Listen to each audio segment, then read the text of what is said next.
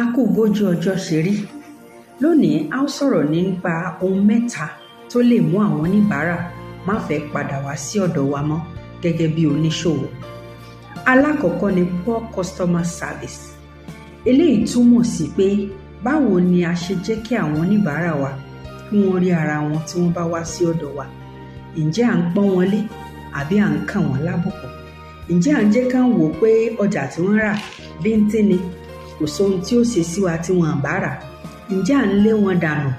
Ǹjẹ́ à ràn wọ́n lọ́wọ́ láti ṣe àmúlò ohun tí wọ́n fẹ́ rà? Tó bá jẹ́ bẹ́ẹ̀, wọn ò ní fẹ́ padà wá sí ọ̀dọ̀ wa. Nígbà mìíràn, bí a bá ṣe jẹ́ kí oníbàárà kórìíra rẹ̀ tó bá wá ra ọjà, a máa ṣokùnfà bóyá yóò padà wá. Ẹlẹ́ẹ̀kejì ni pé kí ni quality ọjà tí à ń tà? Ṣé ọjà tá à ń tà ṣó dáa?